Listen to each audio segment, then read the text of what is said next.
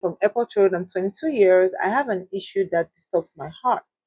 I work as a nanny from April till now. Before I started the work, they asked me if I want to learn a work or go to school. I said I want to learn a work. All this question was in the presence of the agent that brought me to them. The promise was made by the husband before he traveled. So after some months, the wife told me that any work I want to learn must be from the money that they are paying me.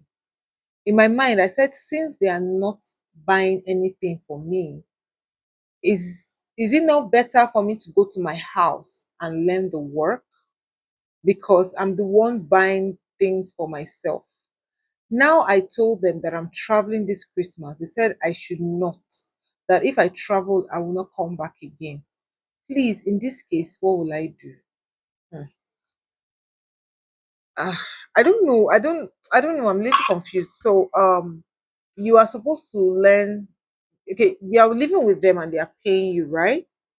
Now, they asked you whether you were going to go to school or learn a trade, and you chose to learn a trade. You said that, let me read that again. They said if I want to learn a work or go to school, I said I want to learn a work. All this in the presence of the agent that brought me to them. So, yes, it was said in the presence of the agent that brought you to them, but the agreement you had with the agent, the agreement you had, was it that they were going to sponsor it? So sometimes it might just be a misunderstanding. It may be that you, do you understand? So if you want to go home for Christmas, do you really want to go and not come back? Do you want to go and come back? That's another thing. And then you're saying that if you want to learn work, you can as well learn it from your house. So let me tell you a little bit of what's going on right now, right? You're there to work. I don't know the agreement that you have, but see it like this. You are there to work as a nanny and they are paying you. So the job of a nanny requires, you literally almost 24/7. Of course, you're supposed to be able to, you have a right to your own life, but generally, that's what nannies do. Correct me if I'm wrong. So now you've been given the opportunity to go and learn something. And they're saying that if you're going to learn it, you have to learn it from the money you earn. I don't think it's a bad idea. Honestly, I don't think it's a bad plan. As long as they are even giving you chance to go and learn. So it means that you're also taking their own time to go and learn something. They're allowing you to go and learn what you want to learn besides their job. And I don't think that's a bad arrangement or a bad plan. If your bosses want to sponsor your trade, that should be benevolence on their own term because you are working. As in that thing you're doing is a job on its own, right? And then you are now having to take time off the job that you're supposed to do for them to go out and do something else for yourself. I think it's okay. I think it's a fair bargain. However, if they had agreed that they will pay, your message doesn't say so. If they have agreed that they will pay, it's a totally different conversation. But even if they agreed verbally, is there a written agreement? Do you understand? If there's no document to show that that agreement happened or that agreement was made, then you may not have a case.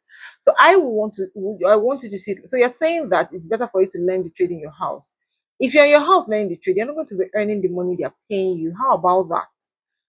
I don't know whether you're paying rent in your house. I don't know who you're living with in your house, but come to think of it this way, you're not going to be earning what you're earning from them.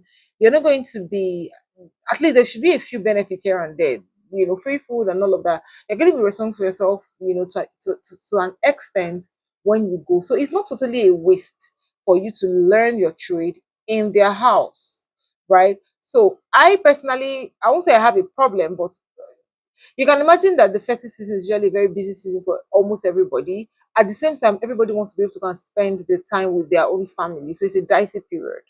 So if you want to travel and they are insisting that you stay back, and I'll call it a threat, they're threatening that if you go, you shouldn't come back. It's now up to you to decide, what do you really want? Do you want to go and not come back? If you want to go and not come back, then you can just go. But I don't think you should I think you should go and have a conversation with them. Oh, please, okay, can I get XYZ time off? Okay, can I go in January, let's say 2nd of January, and come back say the end of the month? Or can I go after Christmas and come back shortly after New Year? Have the conversation and see if they agree to the conversation. They don't agree to the conversation, and you know that keep your eyes on the price. What's the price? Okay, do you want to learn your trade? Do you want to use the time to learn your trade? You can give yourself a 6 months um agenda. In 6 months, I should be out of here. In 6 months, I should learn what I want to go and learn, finish it up as much as possible, use another XYZ number of months to gather more money for myself, set up myself, then I can leave. You can choose that option. See, life, life is not fair. Life not be sorry for person. If you find people who are kind to you, be grateful to God. If you find people who are not so kind to you, then manage it. The only thing is, if you find someone that's wicked to you, run. Just run. But if you find people who are nice to you, very nice to you, be glad. If you find people that are not, they're just there, they're not so nice, they keep it official, official. Sorry, I want to drag you people small. Nannies, cleaners, domestic workers, and all that, I beg. Try not to be entitled. If somebody wants, if you have a boss that how will I put it now? If you have a boss that pays your school fees, pays your school fees, yeah, sees you through school, even sends money to your village people, does all those things. It's not their duty. They don't have to do it. They're just doing it from a good place. They're just doing it from the benevolence of their heart, and you should be grateful for it. If they don't do it, however, no vex, don't be angry with them. Don't expect that they should do something like that for you because it's not your right. The only thing that is your right is your money that they are paying you. If they don't pay you that one, just do your work and go. If you're not comfortable with work environment, but you see that it's a job that you can do, but the person is not as nice as you want them to be, it's okay. That's how life is. You too, when you get there, be nice the way you want them to be nice to you, right? All human beings are not the same. I may not be as nice as Mr. A, but if I expect Mr. A to be this nice to me, then when I have an opportunity, I should also transfer that niceness to somebody else because everybody can't be like me. Point I'm trying to make is put your eyes on the price, focus on the price. Go and learn. If you really feel like you need this job and all of that, go and learn what you want to learn, right? Learn it, see how you can build yourself. This year with your family, if you don't spend it with your family, you will not die. You still be okay.